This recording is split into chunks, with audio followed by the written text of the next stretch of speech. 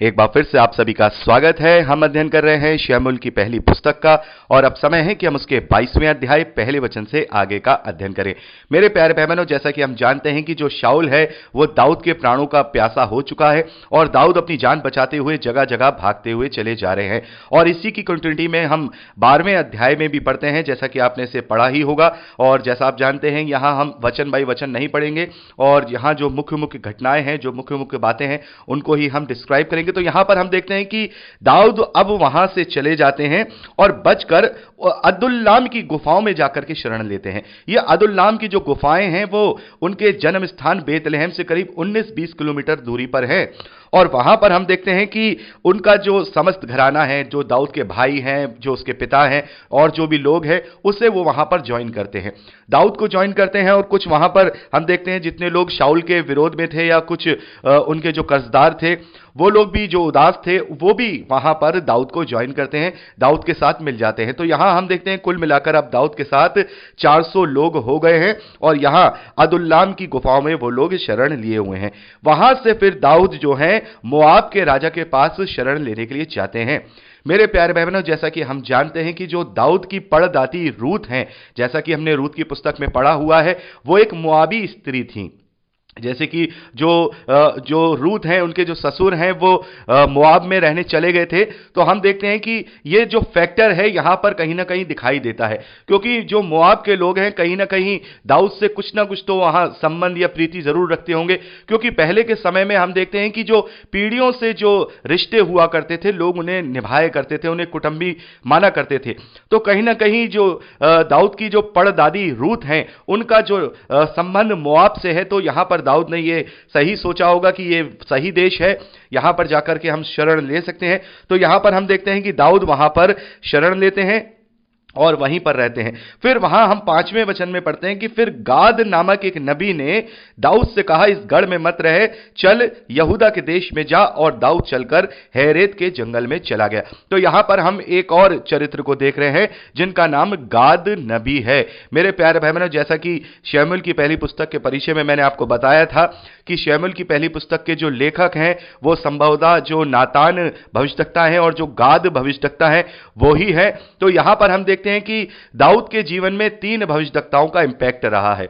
सबसे पहले तो हम शमूएल का देखते हैं, जो शमूएल है उनका इंपैक्ट रहा है, और उसके बाद यहां हम गाद भविष्यद्वक्ता के विषय में देख रहे हैं और नातान भविष्यद्वक्ता के विषय में भी हम आगे दूसरा शमूएल में पढ़ेंगे कि कैसे जब दाऊद ने परमेश्वर के विरोध में कार्य किया तो नातान भविष्यद्वक्ता ने आकर के दाऊद को उसके पाप का आईना दिखाया है। तो ये 3 मुख्य तौर पर जो भविष्यद्वक्ता हैं या परमेश्वर के दास हैं, ये दाऊद के जीवन भर उसे मार्गदर्शन करते रहे। तो यहां पर हम देखते हैं कि यहां गाद नामक एक जो भविष्यद्वक्ता हैं वो दाऊद से कहते हैं कि भाई तुम यहूदा के देश में चले जाओ, और वो वहां पर चले जाते हैं।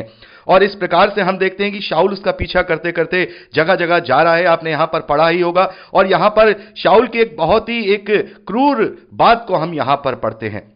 यहां पर हम पढ़ते हैं कि जब शाऊल को यह पता लगता है कि जो याजक है उसने दाऊद की हेल्प की है, उसकी सहायता की है, उससे रोटी खिलाई है, तो आपने यहां पढ़ा ही होगा कि कितनी क्रूरता के साथ यहां पर शाऊल ने याजकों का भी घात करवा दिया है। उस याजक के पूरे परिवार का वहां पर घात करवा दिया है, उसे मरवा डाला है। और हम यहां पर देखते हैं कि जो दाऊद की सेना के लोग थे वो याजकों पर हाथ डालने से डरते थे। अब एक अदोमी व्यक्ति जिसका नाम दोएग है, जो कि शाऊल के कर्मचारियों पर प्रधान हुआ करता था, उसने फिर वहां पर शाऊल के कहने में आकर 85 पुरुषों को जो कि याजक थे उनका घात कर डाला। और यहां तक कि हम देखते हैं कि याजकों के नगर नोब और उसने स्त्रियों, पुरुषों और बाल बच्चों और दूध पीतों और बैलों, गधों और भेड़ बकरियों समेत तलवार से मार डाला। और यह बहुत ही घृणित कार्य यहां पर शाऊल ने किया है कि जो परमेश्वर के लोग हैं उन्हें यहां पर मरवा डाला है। लेकिन यहां पर हम देखते हैं जो अहीमेलेक याजक है उसका एक बेटा जिसका नाम एब्यातार है, वो बच निकलता है और भाग करके दाऊद के पास पहुंचता है। और इस प्रकार से वो दाऊद की शरण में चला जाता है और वहां पर दाऊद उससे ढांढस देता है और दाऊद उससे कहता है कि इसलिए तू अब मेरे साथ है, निडर रहे, जो मेरे प्राण का ग्राहक है वही तेरे प्राण का भी ग्राहक है, क्योंकि मेरे साथ रहने से ही तेरी रक्षा होगी। इस प्रकार से हम 22वें अध्याय में शाऊल का एक बहुत ही क्रूर क्रूर कृत्य यहां पर देखते हैं, बहुत ही घृणित कार्य यहां पर देखते हैं जो उसने परमेश्वर के विरोध में किया है कि परमेश्वर के याजकों को वहां पर उसने मरवा डाला है। यहां तक कि हमने देखा कि जो अहीमेलेक याजक हैं वो शाऊल से कहते हैं कि भाई मुझे क्या पता कि तुम्हारी दुश्मनी अपने दामाद के साथ, इतने बड़े अधिकारी के साथ तुम्हारी दुश्मनी चल रही है, मुझे तो लगा कि वो तेरा विश्वास पात्र है, इसीलिए मैंने उसकी सहायता की। लेकिन शाऊल ने यहां अपने ईर्ष्या में, अपने क्रोध में उसकी एक भी बात ना सुनी और उसे पूरी तरह से वहां पर घात करा दिया। तो मेरे प्यारे भाई बहनों, इस प्रकार से हम यहां पर 22वें अध्याय का भी अध्ययन करते हैं, जिसमें हम शाऊल का एक घृणित चेहरा देखते हैं कि अपनी महत्वाकांक्षाओं को पूरा करने के लिए शाऊल का चरित्र इस कदर गिर चुका है कि अब वो याजकों को भी मारने में गुरेज नहीं कर रहा है। तो इस प्रकार से हम 22वें अध्याय में इसका अध्ययन करते हैं। अब समय है कि हम 23वें अध्याय की ओर चलें। 23वें अध्याय पहले वचन से लेकर जब हम 13वें वचन तक पढ़ते हैं तो यहां पर दाऊद के द्वारा कीला नगर की रक्षा का वर्णन दिया गया है कि कैसे दाऊद कीला नगर में जाते हैं और पलिश्तियों के हाथों से उन्हें बचाते हैं। मैं आशा करता हूं कि आपने इसे जरूर पढ़ा होगा। एक घटना का वर्णन है, आप इसको पढ़ सकते हैं। इसमें कोई भी स्पेशल ऐसी बात नहीं है जो मैं आपको स्पेशल तौर पे डिस्क्राइब करूं। हां, यहां पर एक चीज देखते हैं कि यहां दाऊद अब जो भी कार्य करता है वो परमेश्वर से पूछकर ही कार्य करता है और परमेश्वर उसे जवाब देते हैं कि नहीं, तुझे कीला नगर से चला जाना होगा क्योंकि शाऊल तेरे पीछे अपनी पूरी सेना को लिए चला आ रहा है। तो यहां पर हम देखते हैं इस प्रकार से दाऊद कीला नगर को भी छोड़ देते हैं और इस बार उनके साथ कोई 600 लोग अब उनके साथ हो चुके हैं। और अभी हमने देखा था कि दाऊद के साथ 400 लोग थे, लेकिन यहां पर आप देखते हैं कि दाऊद की जो शक्ति है वो धीरे धीरे बढ़ती जा रही है और यहां पर हम 600 लोगों को देखते हैं कि दाऊद के साथ कीला नगर से छोड़ करके वो निकल आते हैं। आगे हम 14वें वचन से लेकर के जब हम लास्ट 29वें वचन तक पढ़ते हैं तो यहां पर दाऊद अब पहाड़ी देश में जाकर के शरण लेता है। वहां पर जो जंगल के गढ़ हैं और जीप नामक यहां पर हम पहाड़ी जगह देखते हैं और दाऊद ऐसी जगहों पे शरण लेते थे। उससे पहले अभी हमने देखा था कि जो अदुल्लाम की जो पहाड़ियां गुफाएं हैं वहां पर उसने शरण ली थी और इजराइल की कुछ पहाड़ियां ऐसी हैं मेरे प्यारे भाई बहनों जहां पर पहुंचना या उनको ढूंढना बहुत ही मुश्किल हो जाता है। तो दाऊद ऐसी ऐसी जगहों में ही शरण लेकर के शाऊल से छिपते हुए चले जा रहे थे कि शाऊल उन्हें अच्छी तरह से ढूंढने ना पाए, एक जगह से दूसरी जगह, दूसरी जगह से तीसरी जगह। इस प्रकार से हम देखते हैं कि जो दाऊद हैं वो अब यहां जीप नामक जंगल में, जो कि काफी घना जंगल हुआ करता था जिसमें ढूंढना किसी को बहुत मुश्किल हुआ करता था, वहां पर वो चले जाते हैं। लेकिन मेरे प्यारे भाई बहनों, शाऊल ने भी अपने पूरे दूतों को, अपने पूरे गुप्तचरों को लगा रखा था। जहां जहां दाऊद पहुंचता था उसे खबर मिल जाती थी और वो उसे घात करने के लिए वहां पर चला जाता था। यहां पर हम देखते हैं इसी प्रकार से जब शाऊल को पता लगा कि वो जीप में है तो वहां पर भी हम देखते हैं कि दाऊद शाऊल के आने से पहले ही वहां निकल जाता है। और एक और हम यहां पर घटना देखते हैं कि शाऊल को यह पता लगता है कि पलिश्तियों ने आक्रमण कर दिया है, तो वहां पर अब वो दाऊद का पीछा करना छोड़ करके अब पलिश्तियों से युद्ध करने के लिए चला जाता है। यह सारा वर्णन हम यहां 23वें अध्याय में पढ़ते हैं। 23वें अध्याय में हम दो जगहों का वर्णन पढ़ते हैं, एक तो कीला नगर और एक जीप का पहाड़ी जंगल जहां पर दाऊद ने शरण ली थी। तो मेरे प्यारे भाई बहनों, इस प्रकार से हम यहां 23वें अध्याय का भी अध्ययन करते हैं। इसमें भी ऐसी कोई विशेष बात नहीं है, स्पेशल कोई बात नहीं है जो मैं आपसे डिस्क्राइब करके बता सकूं। केवल आप पढ़ के ही इस पूरे घटनाक्रम को आप समझ सकते हैं कि किस प्रकार से दाऊद शाऊल से भागे भागे फिर रहे हैं। आगे हम 24वें जब अध्याय को पढ़ते हैं तो यह अध्याय अपने आप में बहुत ही महत्वपूर्ण अध्याय हो जाता है।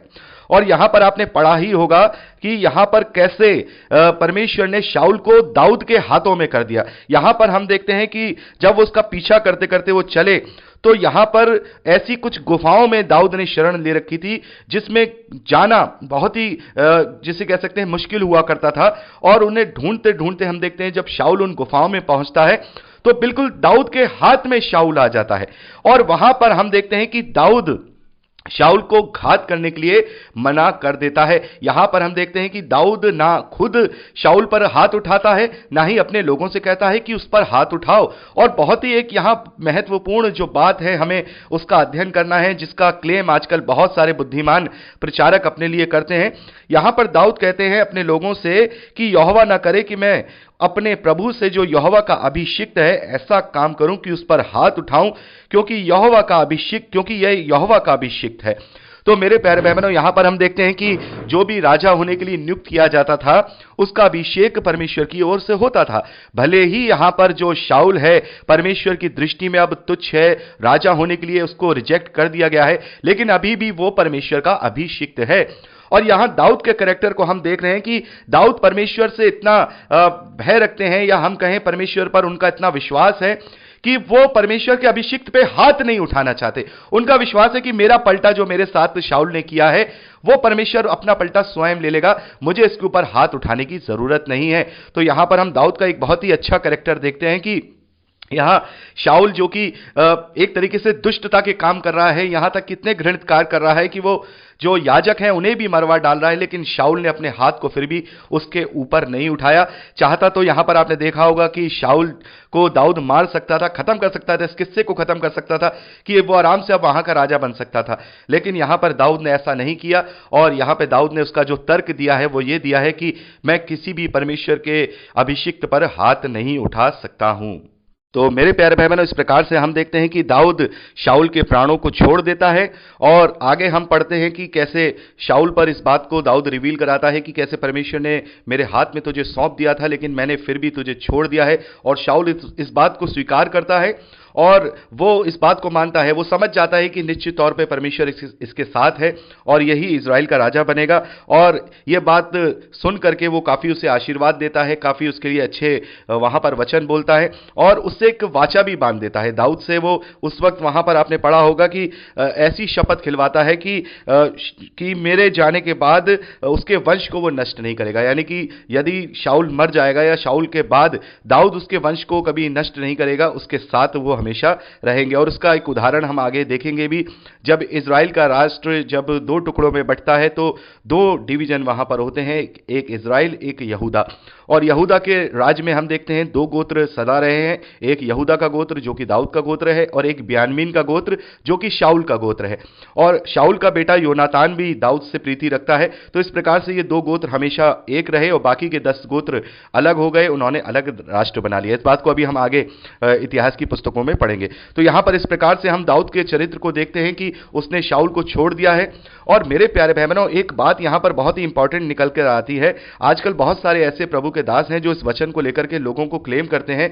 जब कोई सच्चा प्रभु का दास किसी ऐसे दास को आईना दिखाता है कि आप परमेश्वर के वचन को गलत तरीके से प्रस्तुत कर रहे हैं, गलत शिक्षाएं दे रहे हैं, तो वो फटाक से इस वचन को निकाल करके कहता है कि प्रभु के अभिषिक्तों पर हाथ मत डालो, और इस वचन को क्लेम करके कहता है कि किसी अगुवे को हमें कुछ नहीं कहना है। मेरे प्यारे भाई बहनों, ये कॉन्टेक्स्ट और वो कॉन्टेक्स्ट दोनों अलग अलग हैं। हम जब किसी प्रभु के दास को आईना दिखाते हैं, वो वचन के द्वारा उसे सच्चाई का ज्ञान देते हैं कि आप जो शिक्षा दे रहे हो वो सही नहीं है। कोई हम उसके ऊपर हाथ नहीं उठा रहे हैं, उसकी हत्या नहीं कर रहे हैं, या फिर कोई और प्रभु का दास अगर किसी की झूठी शिक्षाओं का विरोध करता है तो वो उसके ऊपर हाथ नहीं उठा रहा है, उसके ऊपर कोई हत्या नहीं करने जा रहा है। या फिर कोई कलीसिया का जन अपने पास्टर से कोई सवाल पूछ रहा है तो वो उसके ऊपर हाथ नहीं उठा रहा है। तो जब किसी ऐसे पास्टर से सवाल किया जाता है तो वो एक ही वचन लेकर के आगे अपने डिफेंस में लेकर के आ जाता है कि वचन कहता है कि परमेश्वर के अभिषिक्तों पर हाथ मत उठाओ। दाऊद ने भी अपने परमेश्वर के अभिषिक्त पर हाथ नहीं उठाया था। लेकिन मेरे प्यारे भाई बहनों, हम जानते हैं कि ये संदर्भ अलग है, और जहां पर किसी को झूठी शिक्षाओं के प्रति अगर चेताया जा रहा है, सावधान किया जा रहा है या उसको समझाया जा रहा है, तो ये अलग बात है। वहां किसी की इंसल्ट नहीं की जा रही, किसी की बेइज्जती नहीं की जा रही, बल्कि परमेश्वर के वचन का सच्चाई का ज्ञान दिया जा रहा है। तो ये वचन वहां पर एप्लीकेबल नहीं है। बहुत सारे प्रभु के दास इस वचन को लेकर के गलत प्रचार करते हैं। तो मेरे प्यारे भाई बहनों, इस प्रकार से हम 24वें अध्याय में देखते हैं कि दाऊद के द्वारा शाऊल को छोड़ा जाता है। उसको परमेश्वर ने उसके हाथ में दे दिया था, लेकिन फिर भी दाऊद ने उस पर हाथ नहीं उठाया, क्योंकि दाऊद परमेश्वर के अभिषिक्त पर हाथ उठाना नहीं चाहता था। बल्कि उसका विश्वास यह था, हम 12वें वचन में पढ़ते हैं, यहोवा मेरा तेरा न्याय करे और यहोवा मुझ से तेरा बदला ले, परंतु मेरा हाथ तुझ पर ना उठेगा। तो मेरे प्यारे भाई बहनों, इस प्रकार से हम दाऊद का यहां चरित्र देखते हैं। और यहां पर हमने 24वें अध्याय तक का अध्ययन कंप्लीट कर लिया है और 25वें अध्याय का अध्ययन अब हम परसों परसों करेंगे। मेरे प्यारे भाई बहनों, परसों हम शैमुल की पहली पुस्तक का अध्ययन कंप्लीट कर लेंगे, चाहे उसके लिए मुझे आपको 4 से ज़्यादा भी रिकॉर्डिंग देनी पड़े, तब भी हम उसे कंप्लीट कर लेंगे। तो मेरा आपसे ये निवेदन है कि 25वें अध्याय से लेकर के 31वें अध्याय तक इसे आप ज़रूर रीड कर लीजिएगा, पढ़ ज़रूर लीजिएगा, क्योंकि यहाँ पर बहुत सारी घटनाएं हैं जो केवल आपको पढ़ के ही समझ में आ जाएंगी। इसमें से कुछ स्पेशल और विशेष बातें जो हमें डिस्क्राइब करना ज़रूरी है, केवल मैं उन्हीं को आपके लिए डिस्क्राइब करूंगा, तो इन्हें आप ज़रूर पढ़ लीजिएगा। आज के लिए इतना ही। प्रभु आप सबको बहुत की आशीष दे। Praise the lord. जय मसीह की।